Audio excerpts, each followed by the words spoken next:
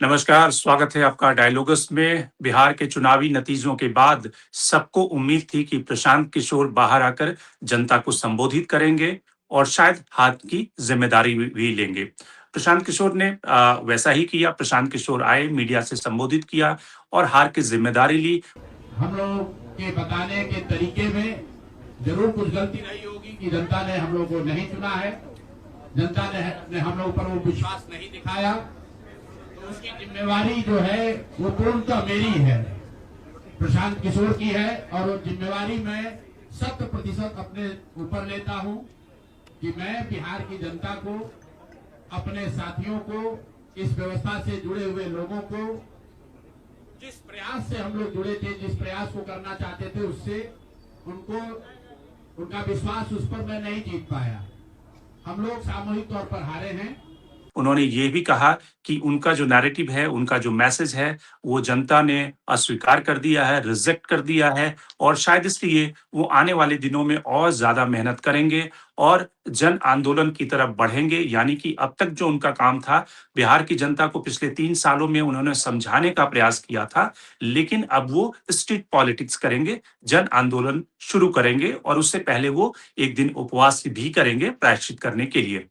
लेकिन उन्होंने कुछ बुनियादी सवाल उठाए, जो सवाल विपक्षी पार्टियां यानी कि राहुल गांधी से लेकर तेजस्वी यादव, आरजेडी और अलग-अलग पार्टियां उठा रही हैं कि किस तरह से बिहार में कैश ट्रांसफर जो हुआ, वो एक बड़ा एम्प्लीफायर हुआ। लोगों के वोट खरीदने का जो मुद्दा था, उस मुद्दे को प्रशांत किशोर ने भी उठाया और उसके साथ में उन्होंने एक तरह से जो वोट चोरी का मुद्दा जो राहुल गांधी उठा रहे थे, उसके डायमेंशन को और थोड़ा-सा बड़ा कर दिया कि सिर्फ वोट चोरी इलेक्टोरल रोल तक नहीं हो रहा है, बल्कि आप जब बूथ पे जाते हैं मतदान करने के लिए, वहां पे जिस तरह से जीविका दीदी का इस्तेमाल हो रहा है, तो यानी कि एक पूरे सुनियोजित तरीके से वो वोट चोरी का जो आरोप राहुल गांधी ने लगाया था, वो बिहार में भी इस्तेमाल किया गया है।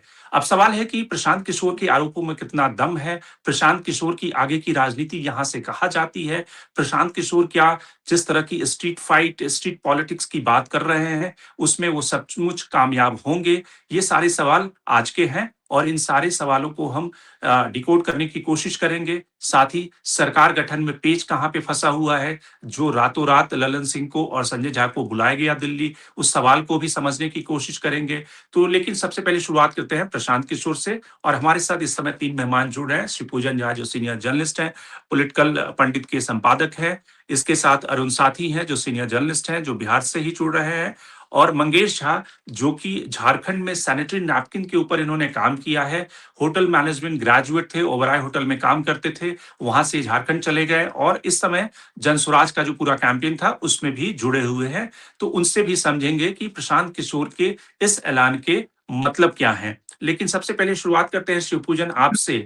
जो प्रशांत किशोर ने जो आज बातें कही है, उसमें उन्होंने जो आरोप लगाए हैं, उससे 2-3 बातें बड़ी साफ होती है। पहला कि कहीं न कहीं जो अपोज़िशन जो आरोप लगा रहा है, जो राहुल गांधी आरोप लगा रहे हैं या तेजस्वी यादव या जगदानंद सिंह जो आरोप लगा रहे हैं, उन आरोपों के साथ प्रशांत किशोर ने अपने को आइडेंटिफ़ाई किया। तो आने वाले दिनों में क्या कांग्रेस या फिर अपोज़िशन के साथ में प्रशांत किशोर का कोई अलायंस संभव दिखता है? दूसरा, जो प्रशांत किशोर जिस राह की तरफ इशारा कर रहे हैं कि आगे आने वाले दिनों में उस राह पे वो चलेंगे, उसमें क्या आपको फ्यूचर नजर आता है? आपको भविष्य नजर आता है? आपको लगता है कि जिस तरह से जिस साफगोई के साथ प्रशांत किशोर ने आज एडमिट किया कि हाँ, मैं फेल हो गया, उससे आपको लगता है कि बिहार की जनता एक बार उन्हें फिर से मौका देगी? जरूर मौका देगी। देखिए क्या है कि प्रशांत किशोर कभी भी इस बार की चुनाव चुनाव में रेस में थे ही नहीं, लेकिन जमीन तैयार कर ली है प्रशांत किशोर ने। प्रशांत किशोर ने आज प्रेस कॉन्फ्रेंस में बहुत सारी बातें रखी, खास करके जो फ्रीबीज दिए गए हैं उसको एक बड़ा मुद्दा उन्होंने बनाया है और एक तरीके से कहा है कि जीविका दीदियां जो है उन्होंने सुनिश्चित किया इस सरकार की जीत को। ये 10,000 रुपए लाखों महिलाओं के अकाउंट में पहुंच गए, तो ये जीविका दीदियां जाहिर तौर पर एक ब्रिज का काम उन्होंने किया, किसके बीच में, सरकार के बीच में और वोटर्स के बीच में। प्रशांत किशोर ने भी कुछ ऐसा ही किया था, मैं आपको दिखाता हूँ। ये जन सुराज की तरफ से घर घर में कार्ड वितरित किया गया था, इसका नाम बिल्कुल। दिया गया है परिवार लाभ कार्ड। परिवार लाभ कार्ड में क्या लिखा गया है? प्रत्येक परिवार को हर महीने 20,000 रुपए तक का लाभ किस किस मद में दिया जाएगा, वो तमाम चीजें इसमें उसका जिक्र किया गया है। बिहार के ही युवाओं के लिए रोजी रोजगार की गारंटी, अलग अलग मद दिए हुए हैं। फ्री बीज का सहारा तो प्रशांत किशोर ने भी लिया, और ऐसे कार्ड जो है ठीक मेरे पड़ोस में दुकान चलाते हैं, उनसे ये कार्ड हमने लिया है। तो ये चीज तो प्रशांत किशोर कर ही रहे थे, लेकिन देखिए, अगर इस चुनाव को मुद्दे पर किसी ने लाया है तो वो प्रशांत किशोर ने लाया है। और कहीं ना कहीं आपने देखा होगा, आप तो बिहार का कई बार दौरा करके गए शंकर जी, आपने देखा होगा कि महागठबंधन हो या फिर एनडीए हो, दोनों का ही कोर्स करेक्शन करवा दिया प्रशांत किशोर ने।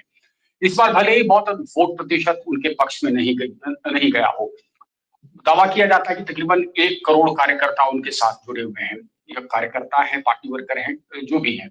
10 लाख के आसपास का वोट, यानी कि वो ट्रांसफर नहीं हो पाया। लेकिन जो मुद्दे उठा रहे हैं, उस मुद्दे से कहीं ना कहीं पीपल अपना कनेक्ट तो स्टैब्लिश कर पा रहे हैं। पलायन एक बड़ा मुद्दा है, और पलायन का मुद्दा पहली बार हम देखते हैं कि चुनाव में यहाँ पर शुरू हुआ, और अब बात सारे लोग कर रहे हैं कि भाई पलायन के ऊपर काम किया जाएगा। तो मुझे नहीं लगता है कि प्रशांत किशोर कोई, मतलब कहते हैं, शॉर्ट टर्म पॉलिटिक्स खेल रहे हैं। वो लॉन्ग टर्म पॉलिटिक्स, उनको पता है कि उसका डिविडेंड उनको मिलेगा। इस बार उन्होंने जमीन तैयार करने की कोशिश की है, जमीन लगभग उनकी तैयार हो चुकी है, और अगर अगले 5 साल कड़ी मेहनत करते हैं तो मुझे लगता है कि जाहिर तौर पर वो भी एक फॉर्मिडेबल फोर्स के रूप में उभर करके आ सकते हैं। लेकिन जो बातें उन्होंने कही, देखिए, वोट चोरी का जो मुद्दा है, वोट चोरी के मुद्दा को लेकर के मैंने बाकायदा सवाल भी खड़ा किया। आज मेरे स्टूडियो आए हुए थे, द पॉलिटिकल पंडित के स्टूडियो में ऋषि मिश्रा, जो जाने से कांग्रेस के टिकट पर खड़ा होते, मैंने कहा कि भाई, आप वोट चोरी को आपने प्रमुखता से इस मुद्दे को उठाया।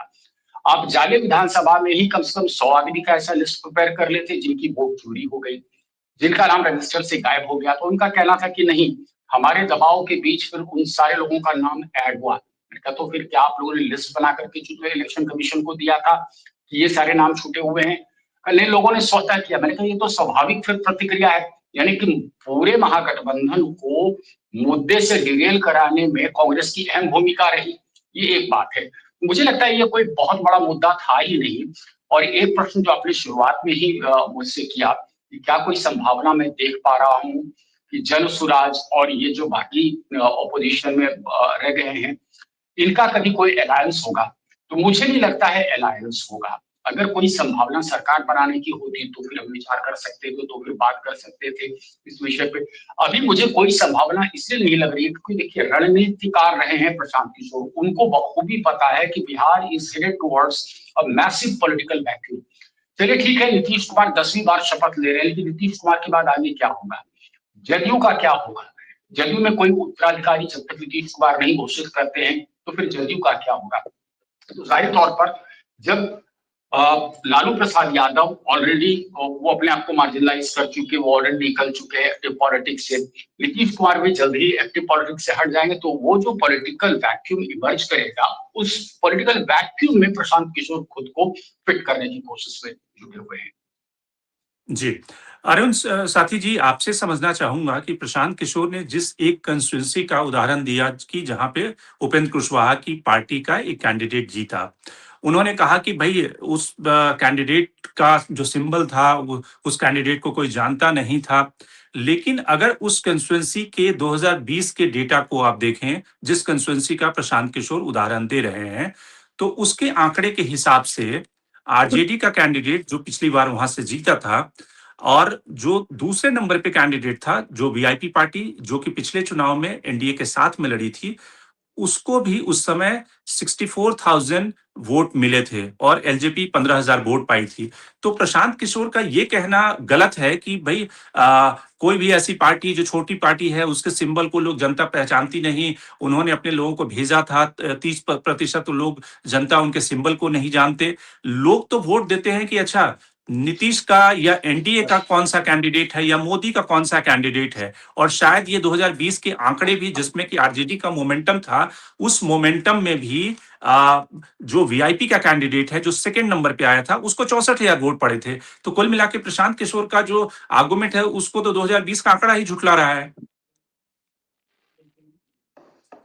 जी देखिए, दरअसल हमारा अपना जो अनुभव है, प्रशांत किशोर इसी तरह से डाटागिरी करते हैं और वो इसी तरह से डाटा को सामने रख करके भ्रम या छद्मवाद की राजनीति करते हैं। मैं बिल्कुल ही बहुत ही गंभीरता से यह बात करता हूं कि जैसे जैसे आपने अभी शुरुआत में कहा कि उन्होंने हार स्वीकार कर लिया, उन्होंने गलती मान ली, लेकिन आप जब उनका पूरा प्रेस कॉन्फ्रेंस को सूक्ष्मता से देखेंगे तो उन्होंने हार को स्वीकार नहीं किया। वो बिल्कुल खींच में दिखाई पड़े, उन्होंने खींच कर सबसे बात की, बिल्कुल इरिटेट हो गए। तो और यहाँ तक कि जो उनके अंदर एक अहम था, बिल्कुल हम ये शब्द का प्रयोग कर रहे हैं, अहम था कि नीतीश कुमार को 25 सीट से ज्यादा आएगा तो हम संन्यास ले लेंगे। इस बात पर उन्होंने जवाब नहीं दिया। आपको जवाब देना चाहिए प्रशांत किशोर जी। जब आपने लगातार कई एक बार ताल ठोक करके कहा कि नीतीश कुमार को 25 से अधिक सीट आएगी तो हम संन्यास ले लेंगे, तो फिर आज आपने प्रेस कॉन्फ्रेंस में क्यों नहीं बोला कि संन्यास आपने क्यों नहीं लिया? और और जनता को भी उन्होंने एक तरह से कोसने का काम किया। लेकिन जो वो डाटा वहां उन्होंने दिखाया, जैसे कहा कि कुशवाहा जी के पार्टी के चुनाव चिन्ह को कोई नहीं जानता है, ये हास्यास्पद बात है। हम इसलिए ऐसा कह रहे हैं कि ये जो एनडीए गठबंधन है वो नरेंद्र मोदी, नीतीश कुमार, उपेंद्र कुशवाहा, मांझी जी, ये सब चेहरे हैं। तो जनता के बीच में ये लोग के बीच में ये बातें थी कि कौन पार्टी के कौन उम्मीदवार है, किनका क्या चुनाव चिन्ह है। अब लोग जागरूक हो गया है। हमारा अपना एक व्यक्तिगत अनुभव है, हमको लगता है आज 10 का ही अनुभव है। हम अपने जिले में चुनाव चिन्ह में एक सुदूर गांव में, बिल्कुल एकदम सुदूर गांव के एक मुसहर टोली में गए हुए थे। उस समय आरएलएसपी का जहां तक हमको याद है शायद पंखा छाप चुनाव चिन्ह था, पंखा छाप। तो मांझी जी एनडीए गठबंधन में थे। मुसहर समाज के लोगों को वोट देने के लिए नहीं दिया जा रहा था। हम लोगों ने संपर्क किया और हम गए तो बोले, वो सब बोल रहा था कि हमरा मांझी जी के वोटवा ये गठबंधन में है, देने नहीं दे रहा है, पंखे पर वोट देंगे। तो 10 की बात हम बता रहे हैं, ये अपना अनुभव बता रहे हैं। तो आज के जमाने में ये कहते ना कि चुनाव चिन्ह कोई नहीं जान रहा था, ये बिल्कुल हास्यास्पद है। और इसी तरह से प्रशांत किशोर जी भ्रम फैलाते हैं। हम एकदम इस शब्द का इसलिए प्रयोग करते हैं क्योंकि आप देखिए, जो दूर से प्रशांत किशोर को देखते हैं वो दूर की बात करते हैं। हम नजदीक से उनके सभाओं में देखे हैं, उनके रैलियों को देखे हैं, उनके रोड शो को भी देखे हैं। तो वो सोशल मीडिया पर एक जो माया फैलाते हैं, उसके दम पर चाहे थे कि बिहार की जनता को हम भ्रम में ले लेंगे। बिहार की जनता उस भ्रम में नहीं आई। हाँ, हम ये कहेंगे जैसा कि उन्होंने कहा कि भाई हमने कोई गुनाह तो नहीं कर दिया। ये बिल्कुल उन्होंने अच्छा बात बोला और यही बात उनको बोलनी चाहिए थी और जनता के जनादेश का सम्मान करना चाहिए था। आज बिहार के जनता का कोई जनादेश का सम्मान लोग नहीं कर रहे हैं। जैसे ही आप वोट चोरी की बात करते हैं तो जिस किसी ने भी एनडीए सरकार को वोट दिया है उनको चोट लगती है। भाई, आप जब ग्राउंड पर होते हैं, एक जो भी जर्नलिस्ट बिहार में आए, अभी तो आप देख लिए होंगे सोशल मीडिया पर एक से लोग, बड़े बड़े पत्रकार भी इस बात को बोल रहे हैं कि वोट चोरी कैसे हुआ, विकास से हुआ, वो बताते हैं। और जो ग्राउंड पर रह के काम कर रहे थे उनको पता है कि एनडीए सरकार की वापसी होगी। अब लोग कह रहे हैं कि 10,000 रुपया दिया या पेंशन बढ़ाया, ये किया। तो राजनीति करना है, कोई संन्यास का काम तो है नहीं। राजनीति में कहीं भी थोड़ा सा भी जगह स्पेस खाली नहीं रखना, यह महत्वपूर्ण होता है। तो नीतीश कुमार या एनडीए गठबंधन ने उस स्पेस को भी खाली नहीं रखा। जो भी चालें चली जाती है राजनीति में तो यही होना चाहिए और होना बिल्कुल है। अब ये अलग बात है कि चुनाव आयोग का जो नियम है, आचार संहिता का जो नियम है, कानूनी बात है, वो हो सकता है कि उसमें कुछ कानून का बात हो, लेकिन वो इफेक्ट किया है, ये भी हम स्वीकार करेंगे। और एक बात हम जो कहना चाहेंगे कि प्रशांत किशोर ने बिल्कुल बहुत ही बढ़िया मुद्दा उठाया था, पलायन का, रोजगार का। ये सब मुद्दा बिहार के चुनाव में इस बार हम लोगों ने महसूस किया कि पहला बार ऐसा था कि बड़े लेवल पर, लार्ज स्केल पर ऐसा जातिवाद और धर्म का मुद्दा चुनाव में नहीं उछला।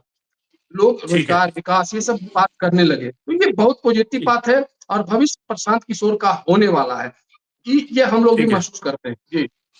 मंगेश जी, आपसे समझना चाहूंगा कि आपने तो जनसुराज के लिए काम भी किया, तो आपको क्या लगता है कि आज जिस तरह से प्रशांत किशोर थोड़ा ग्राउंडेड थे चुनाव के पहले। जिस तरह से लोग उन पे ऊपर और मीडिया के सीनियर लोग जब उनका इंटरव्यू करने गए तो थोड़ा सा उनमें एरोगेंस दिखा। आपको लगता है कि अब जो प्रशांत किशोर कोर्स करेक्शन करने की बात कर रहे हैं, उससे जनस्वराज ज्यादा बेहतर ढंग से एक क्रेडिबल अपोजिशन का रोल अदा करेगी? क्योंकि ये तो आपको मानना पड़ेगा, चाहे आप कितने भी प्रशांत किशोर के अगर आलोचक भी हैं, कि तेजस्वी यादव या आरजेडी अभी अपनी जो फायर फाइटिंग कर रही है, अपने घर में लगे हुए आग को बुझाने की कोशिश कर रही है, लेकिन प्रशांत किशोर सामने आकर एक रियल अपोजिशन के तौर पे उन्होंने दो बातें कही। पहला कि अगर आप सरकार में वैसे टेंटेड लोगों को लेंगे तो निश्चित रूप से हम सवाल पूछेंगे, जिनके ऊपर उन्होंने आरोप लगाया है। दूसरा कि 6 महीने के अंदर अगर आप सरकार पैसा नहीं देती है, 2 लाख रुपए, तो निश्चित रूप से प्रशांत किशोर और जनस्वराज उन सारी महिलाओं को इकट्ठा करेंगे, उनके फोन नंबर कलेक्ट करेंगे और एक प्रेशर ग्रुप की तरह काम करेंगे। तो एक रियल अपोजिशन का जो रोल होना चाहिए फर्स्ट डे से, कि सरकार को कैसे घेरा जाए, उसके लिए प्रशांत किशोर तैयारी कर रहे हैं। और शायद 2 ढाई सालों में जो प्रशांत किशोर को मौका नहीं मिला था कि वो एक जन आंदोलन की तरफ बढ़े, स्ट्रीट पे फाइट करें, जनता के मुद्दे उठाएं, तो शायद आने वाले दिनों में उस कमी को प्रशांत किशोर पूरा करते हुए दिख रहे हैं।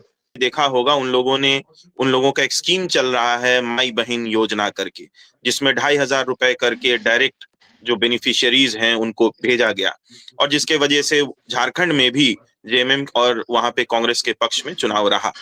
तो मैं समझता हूं कि ये जो पूरा जो प्रोसेस है, जो आप पहले के दौर में आप देखेंगे कि लोग घर घर जाकर के वोट खरीदते थे या पैसे से दबाव बनाते थे। अब जो सरकारें जो सत्ता पे हैं वो इस पावर का जो है वो दुरुपयोग कर रही है। तीसरी बात जो आपने पूछा, जो आप लोग जो कह रहे थे कि प्रशांत जी बड़े खीज में थे या सौम्य नहीं है, तो ये बिल्कुल गलत है। प्रशांत जी हमेशा से बहुत ही सौम्यता से हर एक मीडिया बंधु के साथ मुखातिब होते हैं। तो ऐसा कभी भी नहीं था कि वो बहुत ही एरोगेंस में मीडिया को जवाब देते थे या आज उन्होंने इस तरह की कुछ बात कही। अब जहां तक बात है कि लाउड मासेस में अगर आप जो भीड़ जो सोया हुआ है अगर उसको जगाना है तो आपको अपना आवाज बुलंद करना ही पड़ेगा। तो ये लोगों के ऊपर निर्भर करता है कि उसे वो खीज के रूप में देखें या गुस्सा के रूप में देखें। और ये बिल्कुल आश्वस्त हैं कि हम लोग सड़क से लेकर के संसद तक जो हमारे आम जनमानस का जो बात है उसको हम लोग भेजते रहेंगे।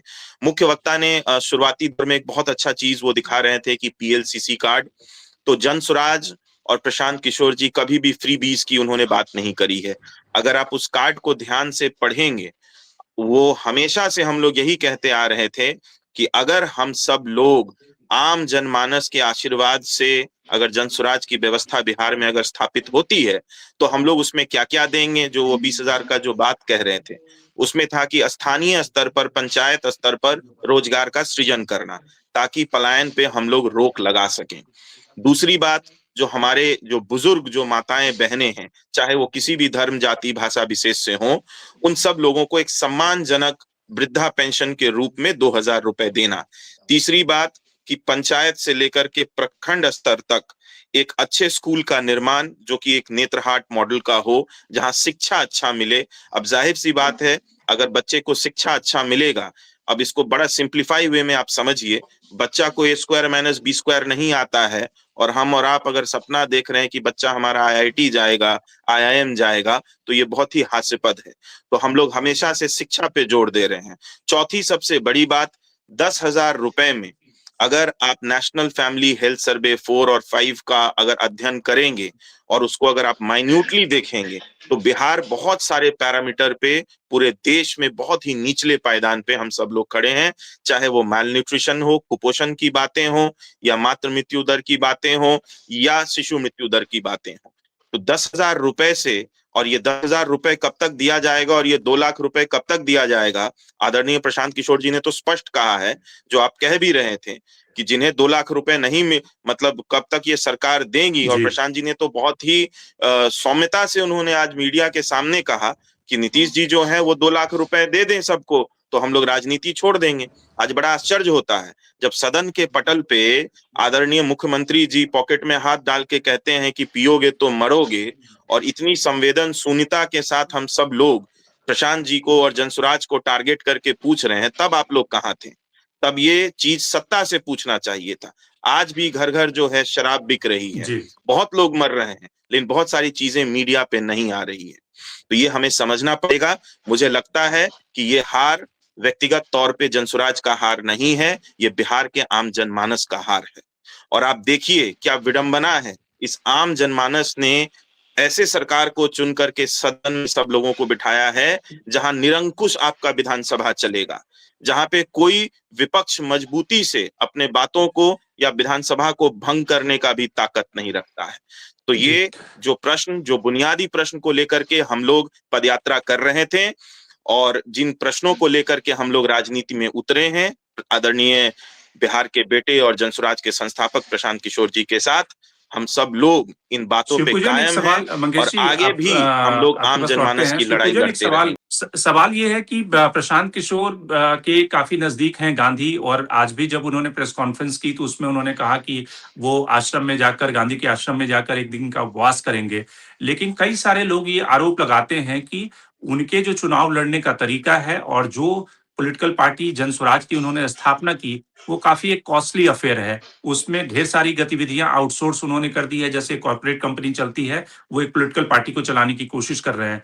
तो वैसे में आपको लगता है कि गांधी से उन्हें कुछ और ज्यादा सीखने की जरूरत है कि किस तरह से एक पॉलिटिकल पार्टी में जनता कार्यकर्ता का पार्टिसिपेशन कैसे बढ़ाया जाए, उसको एक कॉर्पोरेट घराने की तरह अपना चलाएं? देखिए, मेरा मानना है कि जाहिर तौर पर चुनाव को कॉर्पोरेट स्टाइल में अगर आप लड़ना चाहेंगे तो आपको कार्यकर्ता नहीं मिलेंगे। आपको ऐसे लोग मिलेंगे जो 9 टू 5 जॉब की तरह काम करेंगे। और वॉलंटियर मिल जनसुराज का जाएंगे। जो अभी हम जी, वॉलंटियर्स आपको मिल सकते हैं वो पैसों के लिए। लेकिन आप ऐसे समझें कि जो डेडिकेटेड कार्यकर्ता होता है, अगर डेडिकेटेड आपको कार्यकर्ता दिखना है तो आप राजद के कार्यकर्ताओं को देख लें, तो ठिठुरती हुई ठंड में भी आपको झंडा लेकर के पार्टी का वो नजर आ जाएंगे। डेडिकेटेड कार्यकर्ता आपको राजद के मिल जाएंगे, बहुत हद तक जदयू के भी मिल जाएंगे। अब मेरा मानना है कि पिछले 3 साल से प्रशांत किशोर बिहार के अलग अलग प्रांत का दौरा कर रहे थे, तो कार्यकर्ता बनाने में अगर इनकी अहम भूमिका हुई होती, ना कि कॉर्पोरेट स्टाइल में जाने की, तो फिर मुझे लगता है कि इतनी बड़ी फौज खड़ी हो चुकी होती है अभी तक प्रशांत किशोर की। कहते तो हैं कि तकरीबन 1 करोड़ के आसपास जो है इनके मेंबर्स हैं, लेकिन 1 करोड़ अगर मेंबर है तो आपका वोट कहाँ गायब हो गया? आपके मेंबर तो कम से कम आप अपने आप को वोट देते। इनके इनकम को लेकर के भी इनके विपक्षी लगातार सवाल खड़े कर रहे हैं, लेकिन मेरा मानना है देखिए कि ठीक है, पहले जो कंपनी इनकी थी या जिस तरीके से इनका काम रहा है पूरे भारत भर में, तो पैसे कहाँ से आ रहे हैं ये तो जो एजेंसियां हैं वो स्टैब्लिश करेंगे, और अगर कुछ उसमें गलत नहीं है तो मुझे भी उस पर कोई सवाल नहीं खड़ा करना है। गांधी जी का लेकर के आपने जिक्र किया, तो देखिए वो एक इमोटिव कनेक्ट है। सारे के सारे नेता जो है अपना कनेक्शन वहां से ड्रॉ करने की कोशिश करते हैं, इसलिए उन्होंने यात्रा की शुरुआत की थी तो वही भितियरवा से, और अब एक दिन का जो मौन व्रत रखने वाले हैं वो भी भितियरवा में जाकर के करने वाले हैं। लेकिन देखिए क्लासिक डिफरेंस क्या है कि यही गांधी चंपारण में आकर के उन्होंने कितना बड़ा एक जन आंदोलन खड़ा कर दिया था। उसी तरीके से प्रशांत किशोर भी जनता के मुद्दे को उठा तो रहे हैं, लेकिन जहां गांधी जी ने अपना पूरा वस्त्र त्याग दिया, वो धोती में आ गए, तो वहां पर पीपल के साथ एक्चुअली एक कनेक्ट हुआ था। मैं नहीं कह रहा कि प्रशांत किशोर उसी तरीके से अपना वस्त्र त्याग देना चाहिए, लेकिन पीपल कनेक्ट तुरंत 3 साल में कर पाना संभव नहीं होता है। एक थोड़ा सा लंबा इनको और कालखंड चाहिए। अब बहुत अच्छी बात इन्होंने प्रशांत जी ने ये कही ना कि जिन महिलाओं को 10,000 रुपए मिल गए हैं, अब अगले 6 महीने बाद सरकार उनको 2 लाख दे रही है या नहीं दे रही है, ये अपना एक नंबर दे रहे हैं कार्यालय का, कह रहे हैं कि आप हमसे संपर्क साध सकते हैं और आपके हक की लड़ाई हम लड़ेंगे। इसको मैं मानता हूं कि ये रणनीति के तहत ये डिसीजन लिया गया है, बहुत अच्छा कदम है, सराहनीय कदम है कि अगर आप जनता की आवाज बनते हैं और सरकार को एक तरीके से, जरूरी नहीं कि सरकार को आप सदन में ही घेरे, सरकार को आप सड़क पे भी घेर सकते हैं, और मुझे लग रहा है उसी की कवायद में जुटे हुए Prashant Kishor, this will pay him off. मैं बड़ा कन्विक्शन के साथ कह रहा हूं, प्रोवाइडेड कि प्रशांत किशोर के पास वो पेशेंस रहे अगले 5 साल तक। 5 साल तक आपको सड़क पर लड़ाई लड़नी पड़ेगी, जनता की आवाज बनकर के आपको लड़ना पड़ेगा। ओपोजिशन पूरी तरह से डेसिमेटेड है, राजद के पास मात्र 25 विधायक रह गए हैं। राजद कितना क्या कुछ कर पाएगा? इसके पहले तो देखा था आपने कि राजद जब सिंगल लार्जेस्ट पार्टी बन करके आई थी तो सदन का क्या हाल था, किस तरीके से कार्रवाइयां होती थी, कितने बार मार्शल को बुलाना पड़ा और एक बार तो पुलिस तक को बुलाना पड़ गया था। फर्स्ट टाइम बिहार विधानसभा के इसमें हमने देखा था कि पुलिस की एंट्री अंदर हो जाती है और विधायकों को उठा उठा करके फेंका गया था, लेकिन अभी तो वैसी स्थिति होगी नहीं। इसलिए सरकार के खिलाफ कुछ भी आपको करना है तो सड़क पे करना पड़ेगा। प्रशांत किशोर ने आज अनाउंस किया है और मुझे लगता है कि अगर इस पर वो अडिग रहे तो this is bound to pay him of.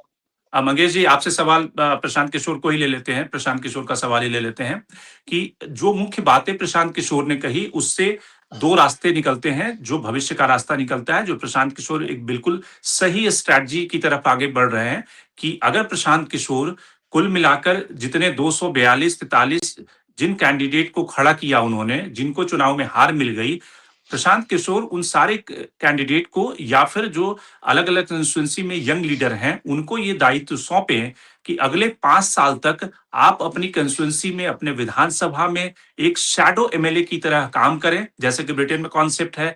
आप जनता की समस्याओं को उठाएं, वहां पे सरकार अगर कोई गलती कर रही है सरकार को घेरें, स्ट्रीट पे फाइट करें, कॉल सेंटर बनाएं। तो अगले 5 साल में जो कैंडिडेट होंगे वो जनता का ट्रस्ट जीत लेंगे कि अगर कोई रूलिंग पार्टी का कैंडिडेट अगर काम नहीं कर रहा है, उसकी जगह प्रशांत किशोर का कैंडिडेट काम कर रहा है, उनके मुद्दों को उठा रहा है, तो शायद प्रशांत किशोर एक लंबी लड़ाई के लिए अपने को तैयार कर रहे हैं। आपको लगता है कि इसमें प्रशांत किशोर डटे रहेंगे और प्रशांत किशोर के सक्सेस का रास्ता आगे का 2030 का रास्ता यहीं से गुजरता है, यहीं से निकलता है, या थोड़े टाइम के बाद वो भी अपना स्टीम जो है वो लॉस कर जाएंगे? देखिए, सबसे पहले तो ये स्पष्ट कर दें, जैसा कि श्रोता मुख्य वक्ता कह रहे थे कि बड़े कॉर्पोरेट स्टाइल में जनसुराज चल रही थी, ऐसा नहीं है। हर एक प्रखंड में, प्रखंड स्तर तक में प्रखंड अध्यक्ष से लेकर के टोला अध्यक्ष, ग्राम अध्यक्ष तक लोग जो हैं वो बहुत ही बढ़ चढ़ के, खास तौर पे युवा जुड़े थे और उसी का नतीजा है कि हम लोगों को लगभग 3.51% वोट मिला है। अब रही बात कि आगे की रणनीति क्या होगी, तो आप लोग बिल्कुल आश्वस्त रहें। आदरणीय प्रशांत किशोर जी के मार्गदर्शन में और समस्त जनसुराजी के साथियों के साथ में हम लोग मिलजुल कर के हर एक विधानसभा ही नहीं, हर एक गांव के समस्या को हम लोग उठाएंगे। लेकिन ये जरूर है कि हम लोग डोर टू डोर जाएंगे, घर घर जाएंगे और लोगों में जन जागृति को फैलाएंगे और उनके जो समस्या है उनका समस्या को हम लोग सुनेंगे और यही प्रयास रहेगा कि ज्यादा से ज्यादा समस्या का निदान हम लोग संवैधानिक तौर पे, क्योंकि जनसुराजी होने के नाते हम लोगों का मानना है कि हम लोग ज्यादा आंदोलनों पे विश्वास नहीं करते हैं, लेकिन जन जागरण करते हुए लोगों की बातों को सुनेंगे, समझेंगे और संवैधानिक तौर पे हम सब लोग मिलके ये प्रयास करेंगे कि आम जनमानस के हर एक जो भी उनका जो ग्रीवांसेस है उसका हम लोग हल करें। रही बात, वक्ता बंधु कह रहे थे कि गांधी जी के समय में ऐसे हुआ और गांधी जी के आंदोलन के समय में उन्होंने वस्त्र भी त्याग दिए, तो ये आप समझिए कि प्रशांत जी अपना मूलभूत सुविधा सब कुछ को छोड़ के अक्टूबर 2022 से इसी बिहार में लगे हुए हैं और आने वाले 5 साल नहीं 10 साल तक वो लगे रहेंगे और हम सब उनके साथ कंधा से कंधा मिला के, क्योंकि बापू का एरा कुछ और था और आज के एरा में अगर आप देखेंगे तो चुनाव जो है जाता है जी, अगर वो दल का अगर हवा है, रुख है या वो सत्ता में है तो वो जीतता है। लेकिन एकमात्र जनसुराज ही एक ऐसा राजनीतिक दल है, अगर आप देखेंगे, जहां पे प्रोफेसर केसी सिन्हा ऐसे लोग जो एक फेमस मैथमेटिशियन रहे, आर.के. मिश्रा जी ऐसे लोग जो बिहार में एक बिल्कुल ही बेदाग पुलिस अफसर रहे, ऐसे ही झारखंड काडर के डीएसपी जिन्होंने ठीक है। तो कुल मिलाकर मंगेश जी, हमें रुकना होगा आपको, हमारा समय खत्म हो रहा है।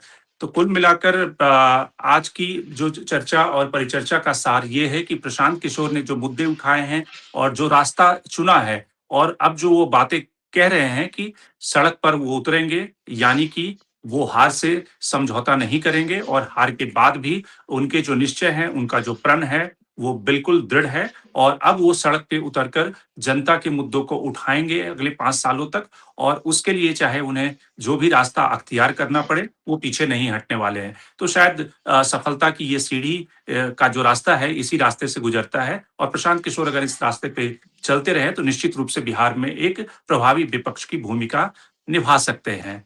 तो आज के लिए इतना ही।